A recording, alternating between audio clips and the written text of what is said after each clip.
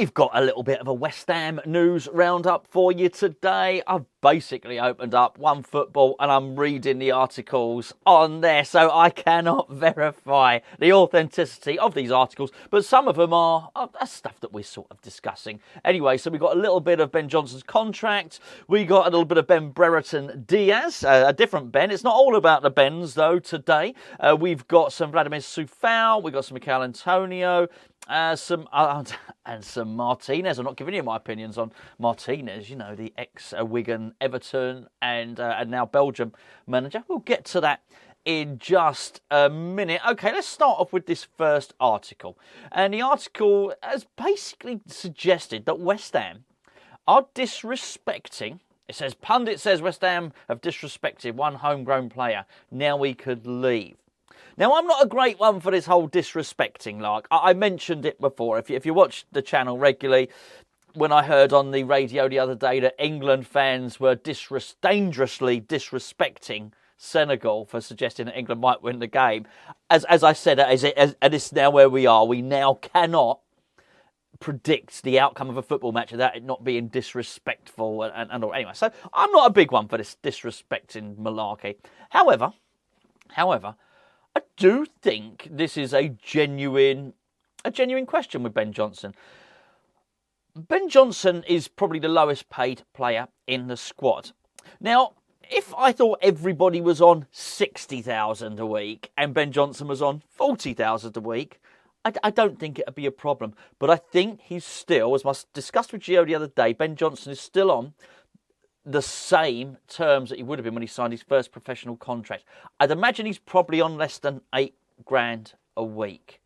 And I know, look, we'd all like $8,000 a week, right? But put that aside, if you see people in that squad, maybe someone like Emerson, who's probably on about $70,000 a week, you're probably going to be thinking, hold on a second, what's going on here? It's Kevin Campbell who's had a bit to say on this, who is the pundit. I actually quite like Kevin Campbell, got to say. He says, you tend to find the homegrown players mostly don't get treated with the same respect as these big money signings. He's come through the ranks and we're seeing these signings, he's seeing these signings come into the club. There's big money flying around. We're talking about first team contracts. Maybe Johnson isn't being offered the going rate and that's disrespectful. He's very capable. He's never let West Ham down. Maybe he wants to test the open market. I don't think he does want to test the open market. This is someone that's been at West Ham since he was 8 years old, by the way. I think he probably loves West Ham very much. Disrespectful? I think maybe there might be a case for this. It has to be said. Ben Johnson it's not just he's never let anybody down. We ask so much of him. I was talking to Anton Ferdinand about Ben Johnson, which is a bizarre statement. There's a sentence I never thought I'd say. He's basically, Anton Ferdinand's joined Hammers Chat Patreon, and we were discussing to do videos. You don't mean he's like subscribed, by the way. And I was asking him about Ben Johnson, and he was saying to me, look, Johnson's in a really good position because he has opportunity. And he was saying, look, if you're just a centre-back or if you're just a left-back or whatever the case may be, when David Moyes is reading out the team sheet, once that position comes up, if someone else is in it, you know you're not playing. And Anton was saying, Johnson, it's almost Johnson could be selected at centre-back, right-back, left-back. He has a lot of opportunity. So he's going to play a lot of games, which makes him very bloody useful to West Ham. I just think on this one, the going rate, I don't know what the going rate is for a tour. I think Johnson's a utility player. He hasn't nailed down one particular position, but a utility player is still a bloody useful player. And so I think we should be. I hope he is being offered decent money. Look, £100,000 a week? No, of course not. Let's not be silly. But he definitely needs a pay rise. He definitely deserves a pay rise. And I really hope that they can come to some conclusion because it ain't a good look. With everything that's happened in terms of us sort of hemorrhaging youngsters and not being able to agree contracts, that's not a good look. This is someone, he's often overshadowed by Declan Rice. Declan Rice, a massive example, massive example of someone who's come through the academy and has gone on to win international honours and he's worth whatever he's worth. And it's sort of overshadowed Ben Johnson. But Ben Johnson is a really big success story. He's come through, that is a successful academy graduation. He's a first-team player. He's played loads and loads of games. We're talking about someone who might play 300-400 games for West Ham if managed correctly, as that sort of utility player. I think it's probably time that we look after him, really. So anyway, lots and lots of other articles which I'm going to get through now. I've just spent 5 minutes talking about Ben Johnson. I will hurry through a little bit more. I just want to say that this video is sponsored by the OneFootball app, which you can download by clicking the link below. I'm reading from it now. Now, the reason I'm able to just read through all the West Ham news all on one page is when you sign up for the OneFootball app, which is a free app. You tell it who you support. Then what it does, it filters out everything else. It filters out all the Man United stuff, all the Fulham stuff. I don't know why I've used Fulham, but anyone that's not West Ham, it filters them out and just gives you the West Ham news. It will go searching around the internet, picking all the West Ham stories, sneaky old algorithms, let's call it that. All the newspapers finds the West Ham stories, chucks them all to your phone to save you the hassle of doing so. Please use the link below if you're going to download it. It's free. If you don't like it, you can just uninstall it. And if you use the link below, now they've come from Hammer's chat. It's a massive favour to us. So thank you very much indeed. Right, let's just get on this. I ain't got an awful lot to say on this. West Ham would consider former Belgian manager Roberto Martinez if decided to sack David Moyes. I'm not reading any more of the article. The other day I did a video about Steven Gerrard. It's just a no-no. Why would we even consider it? This is a no-no. This is no, absolutely not. I would hope that even if it was a consideration, there are enough shrewd people advising the board that they wouldn't be dazzled by the fact that he's just come out of international management. I do not think this is a good manager at all. A good man, definitely a good man, but I do not think he's a top level manager. I don't even think he's the next. I don't even think he's not 5-star. I don't even think he's 4-star. I really don't.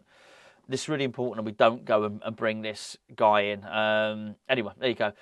There is another article here, which, well, actually, there's one about there's one about Harris and Ashby. We know all about that.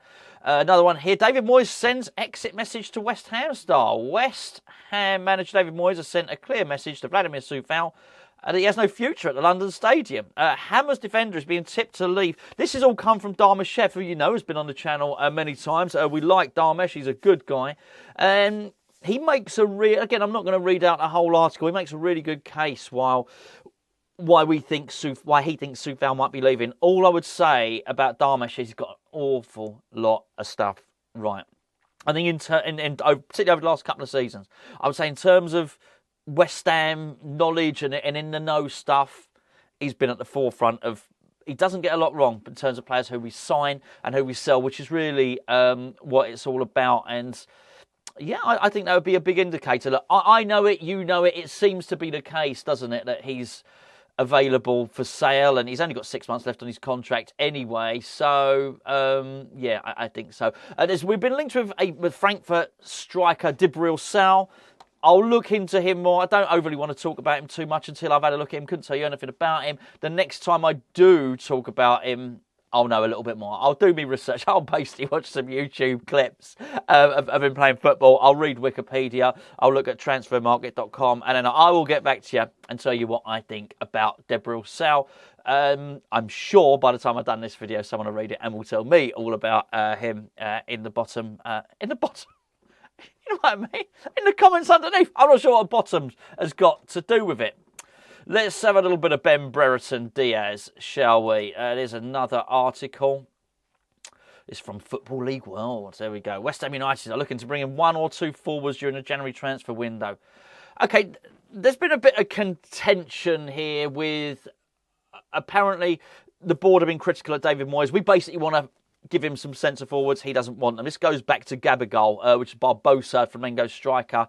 And still now, we think we're light in the forward department. I mean, it's like dragging someone over hot coals, isn't it? Trying to get David Moyes to take a striker. I'm not sure if that's the case about the 1 or 2. But he's got a decision to make, particularly if he counted Maxwell Cornet as one of his strikers. That West Ham are playing tomorrow. If Maxwell Cornet's not in that team, and Gio's right, I might spontaneously combust. If he's... Well, actually, that team... Doesn't matter. Not on the bench, not featuring. Anyway, we'll deal with that as and when it comes. We probably won't. You don't want another Maxwell Cornet video, do you? I get that. But Ben Brereton Diaz, his contract is out. Is up during the summer. He's got 6 months left on his deal. I like him. I think he would do well at West Ham. And I think he's different enough to Scamacca that actually you could play him in a 2. Well, he scored against us. You probably saw plenty of him then. I actually like him as a striker. He plays on the left quite a bit. Has done a lot more of that for Rovers this season than he did last season. A lot more down the middle last season. But the fact that he can play 2 positions is no bad thing. That's great, right? That sort of flexibility is really, really good. So I like him. I'd like to hope that we could do a deal for him. I think if we sign... I'll tell you how good I think this guy is. I think here's how I think West Ham could just stay up. If we sign this guy as another alternative forward, we sort out the right-back situation. So I don't even mean big money. It could be someone on loan, or we just sort it out. And he sorts out the midfield situation. And when I say sorts out the midfield situation, I basically mean we can do that in-house. Ideally play Paqueta there. Take Souček out of that position. I really would. Play Paqueta there or play Flynn Downs there. I think we stay up, and I think we stay up comfortably. I actually think the answers are not beyond the reach of David Moyes. Far from it. I really do. I think they've got some decent players there. Anyway, there you go. That's a little roundup. Let's, by all means, not all the stories. I'll maybe do another little roundup tomorrow. I don't know. Actually, we're playing quite early, aren't we, in the West Ham game? So maybe I'll just upload a video sort of later on. England are playing as well. Busy old day tomorrow. So, yeah, I'll catch up with you certainly for the England game over on the main channel. And up until that point, I'm about to go and do some research on Jibril Sal.